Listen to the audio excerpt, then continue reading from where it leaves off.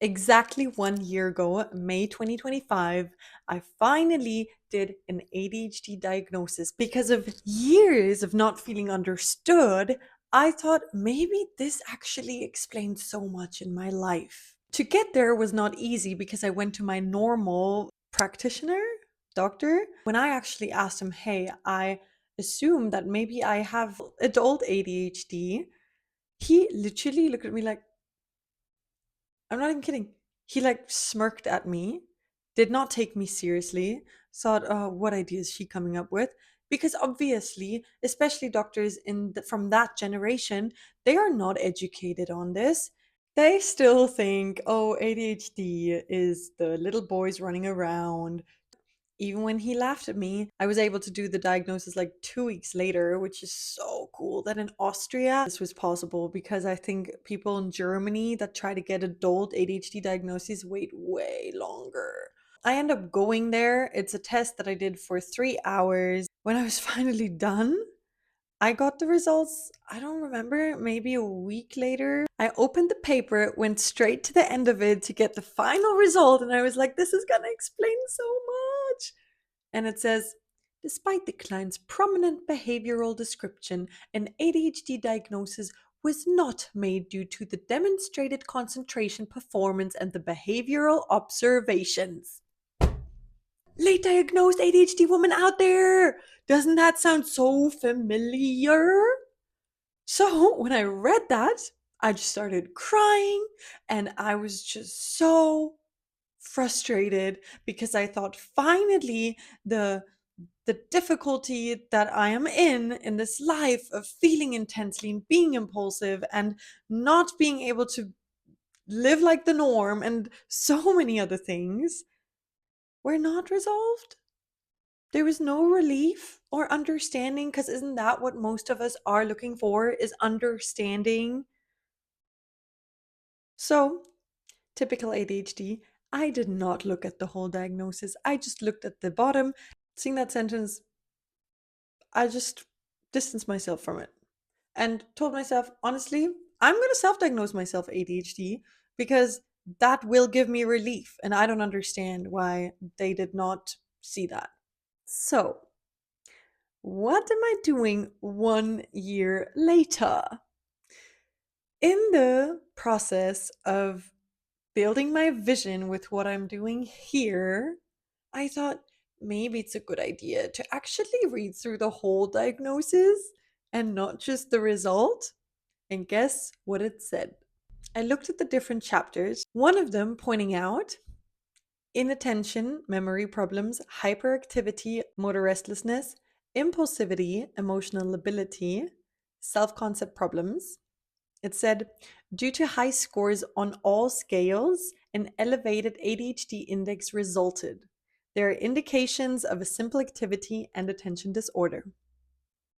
I was like, oh, so they did see that. Like, so there was some acknowledgement. Another paragraph says, in this procedure for diagnosing a possible ADHD based on the client's self assessment, there are clear indications of the presence of a simple activity and attention disorder. According to her own statements, symptoms had already existed in childhood. She fulfills the criteria of an attention disorder, and currently there is also a specific adult ADHD psychopathology present. If that is written in a small paragraph in this whole long diagnosis, why do you put in the end of the diagnosis, despite the client's no, we distance ourselves from that. Does that help anybody that is struggling with things and tries to get an answer? And why? Why did they not choose to put that in the end? Due to an averagely fast self selected working pace and satisfactory accuracy performance, the concentration performance falls within the normal range. So, because of concentration testing, I'm not diagnosed.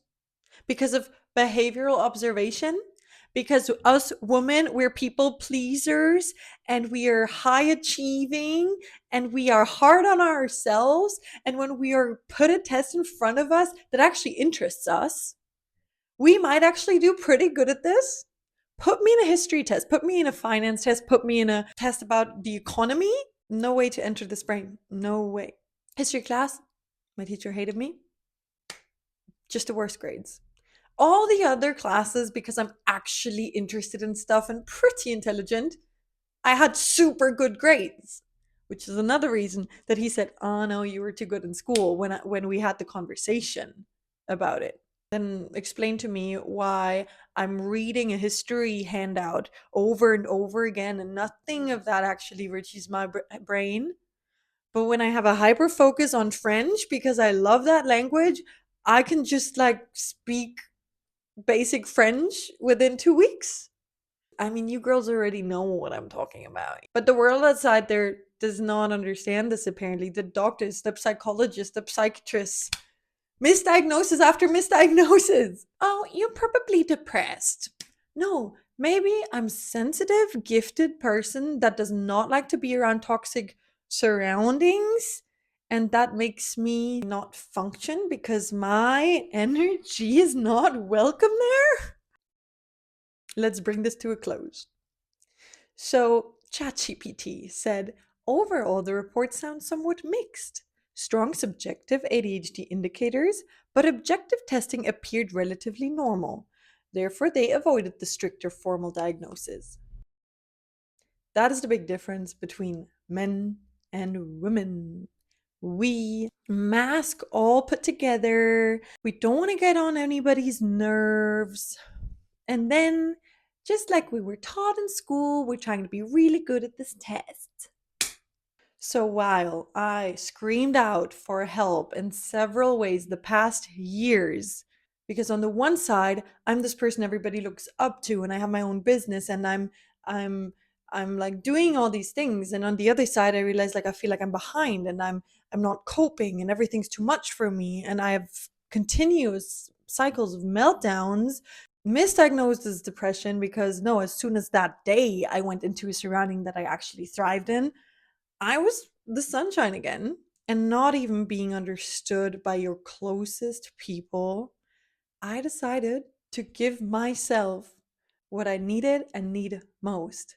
Understanding and clarity really helps to be less harsh with ourselves. And if we manage that, to be more gracious with ourselves, because we can explain, even looking back, a lot of situations of our life, we can actually start breathing and realizing, hey, maybe I'm not broken.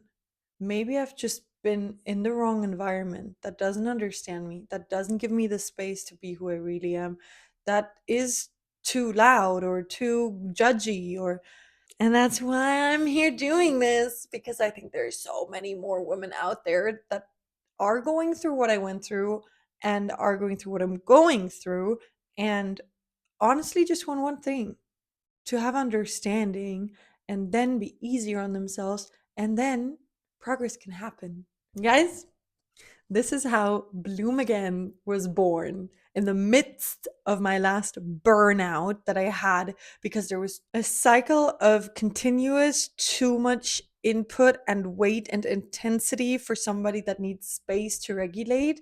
Inputs that are just not healthy, not enough light, not enough movement, not enough genuine people, not enough good food, so many things. And in the midst of that, of recovering, which starts with setting boundaries a lot of times and choosing spaces to where you know that you can breathe and thrive and feel safe, that's the start. Understanding, first little steps, grace. And then after all of that, we can think about systems that can help us in the long run. So here's Miss Intuitive, completely not a professional therapist, but even told by my therapist that I have like extreme good pattern recognition and I'm like psychologically just like naturally gifted. So I decided I'll just become the intuitive, how should I call it? Intuitive, I don't want to call it coach. I hate that. No, I'm not your coach. I want to be your inspiration. A place to land to be understood. Maybe you can just let me know how I should call myself. Like, I want to make this a whole series. So let me know if I should call myself. But this is my experience with adult female ADHD. testing, the results, the frustration. But look at how I'm blooming now. There is hope.